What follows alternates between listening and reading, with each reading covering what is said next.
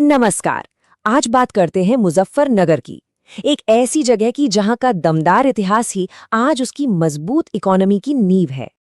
अच्छा, चलिए शुरुआत एक सवाल से करते हैं।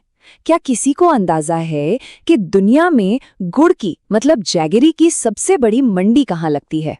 जवाब शायद थोड़ा चौंकाने वाला हो।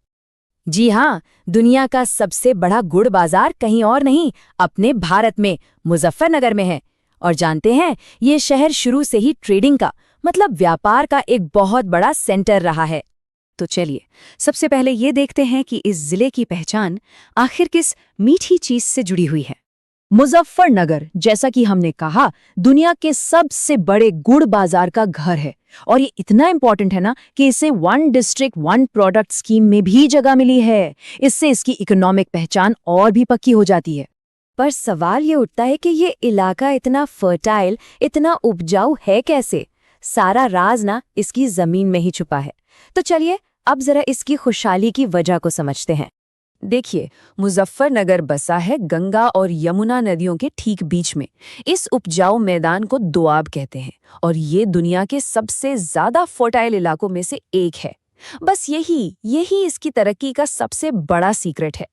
यहाँ की जमीन को ना ज्योग्राफिकली कई फायदे मिले हैं। एक तो ये गंगा यमुना के बीच में है, फिर सहारनपुर, मेरठ जैसे जरूरी जिलों से घिरा हुआ है, और तो और नेशनल हाईवे 58 भी यहीं से गुजरता है। मतलब व्यापार के लिए एकदम परफेक्ट लोकेशन। लेकिन रुकिए, इस जमीन की कहानी सिर्फ इसके भूगोल तक ही नहीं है। अरे, इसका इतिहास तो हजारों साल पुराना है। चलिए इसके हिस्टोरिकल सफर पर एक नजर डालते हैं। सोचिए जरा, ये इलाका कितना पुराना होगा। इसका अंदाजा इस बात से लगता है कि यहाँ हड़प्पा सिविलाइजेशन के सबूत मिले हैं। फिर बाद में मुगलों ने इसे एक शहर की शक्ल दी और ब्रिटिश राज में ये एक प्रॉपर डिस्ट्रिक्ट बन गया। मतलब हर दौर ने इस जगह को अपनी एक अलग पहचान दी है। यहाँ की खुदाई में हड़प्पा के जमाने के सोने के गहने तक मिले हैं। ये बहुत ही दिलचस्प बात है और ये इस बात का पक्का सबूत है कि भाई ये जगह हजारों साल पहले भी एक बड़ा ट्रेड सेंटर हुआ करती थी। ये जो तस्वीरें हैं ना, ये इतिहास के दो बड़े अहम पड़ाव दिखा रही हैं। एक तरफ वो मुगल दौर, जब इस शहर की नींव पड़ी, और दूसरी तरफ ब्रिटिश राज का नक्शा, जब इसे एक जिले का दर्जा मिला। अच्छा, तो इतिहास से अब थोड़ा आगे बढ़ते हैं और देखते हैं कि कैसे ये जिला आज एग्रीकल्चर का मतलब खेतीबाड़ी का इतना बड़ा हब बन गया। मुजफ्फरनगर को शुगर बोल ऑफ इंडिया यानी भारत का चीनी का कटोरा भी कहते हैं। और इसकी वजह है यहाँ के लहलहाते गन्ने के खेत।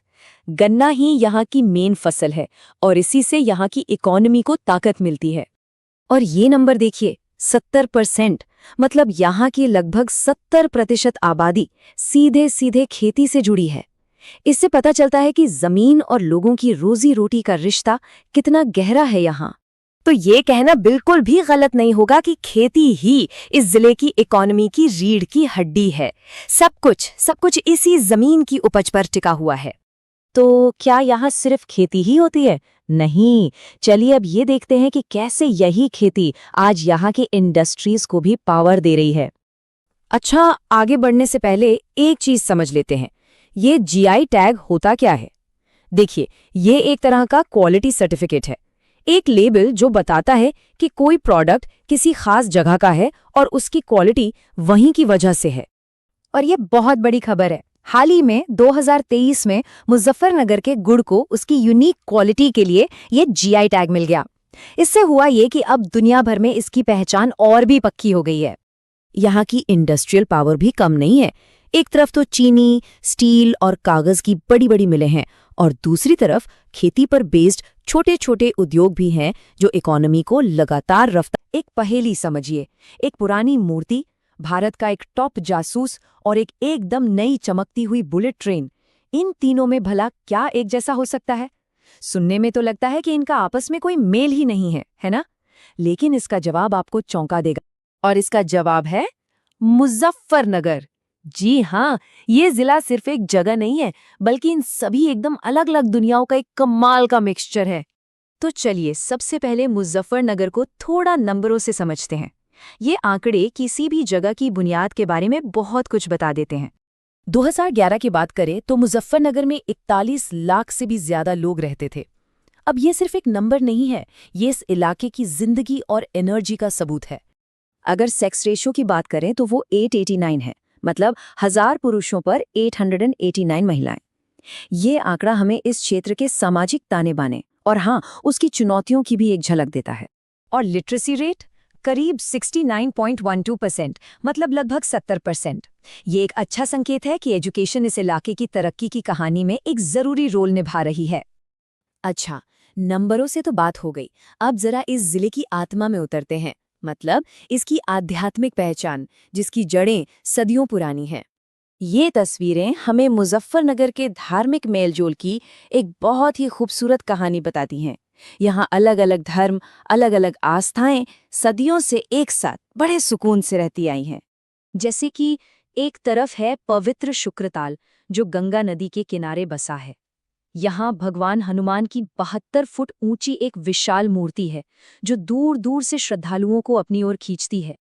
और दूसरी तरफ है वहालीना, ये जैन समुदाय के लिए एक बहुत ही खास तीर्थ स्थल है। ये दिखाता है कि मुजफ्फरनगर की मिट्टी में हर धर्म और हर परंपरा के लिए कितनी इज्जत और जगह है। तो इतिहास की गलियों से निकल के अब आते हैं आज के मुजफ्फरनगर पर। देखते हैं कि यहाँ के लोग और यहाँ का एडमिनिस्ट्रेशन मिलकर इसे आज कैसे एक नया रूप दे रहे हैं।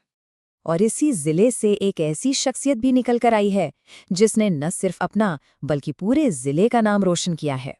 ये हैं पराग जैन, मुजफ्फरनगर के रहने वाले हैं और आज भारत की बाहरी खुफिया एजेंसी यानी कि रॉ उसके हेड हैं। ये वाकई पूरे जिले के लिए एक बहुत बड़े गर्व की बात है। सिर्फ यही नहीं, जमीनी लेवल पर भी यहाँ बदलाव हो रहे हैं। ग्राम पंचायतों की सीमाओं को फिर से तय करने का काम चल रहा है, ताकि लोकल गवर्नेंस और भी बेहतर हो सके और असरदार तरीके से काम कर सके। तो ये तो हुई आज की बात। अब भविष्य का क्या? मुजफ्फरनगर का आने वाला कल कैसा दिखने वाला है? चलिए देखते हैं, क्योंकि यहाँ कुछ बहुत बड़ी और दिलचस्प योजनाएं बन रही हैं। देखिए, इसके भविष्य की जो नींव है ना, वो 2 मजबूत पिलर्स पर रखी जा रही है। पहला है बेहतर कनेक्टिविटी और दूसरा है एनवायरनमेंट का ध्यान रखना।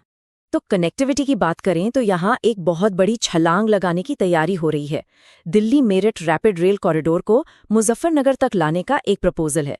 जरा सोचिए, अगर ये हो गया तो ये इस पूरे इलाके के लिए तरक्की के कितने नए दरवाजे खोल देगा। और अब दूसरे पिलर की बात करते हैं, पर्यावरण। इस मामले में एक बहुत ही अनोखी पहल हो रही है। यहाँ प्रदेश का पहला गो अभयारण्य मतलब काऊ सैंक्चुरी बनने जा रही है। और सबसे मजेदार बात पता है क्या है? इसमें एक बायोगैस प्लांट भी होगा, मतलब पशुओं की देखभाल भी होगी और उससे ग्रीन एनर्जी भी बनेगी। तो हमने क्या देखा?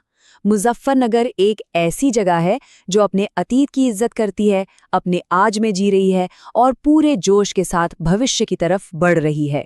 ये एक ऐसी यात्रा है जो अपनी जड़ों को एक नए आसमान से जोड़ रही है। 1512 में बना ये 52 दरा पुल इस पूरी कहानी का शायद सबसे अच्छा सिंबल है। ये हमें याद दिलाता है कि एक मजबूत भविष्य हमेशा एक सम्मानित अतीत की नींव पर ही खड़ा होता है। तो एक तरफ है 400 साल से भी ज्यादा पुरानी विरासत और दूसरी तरफ है बुलेट ट्रेन और ग्रीन एनर्जी का सपना।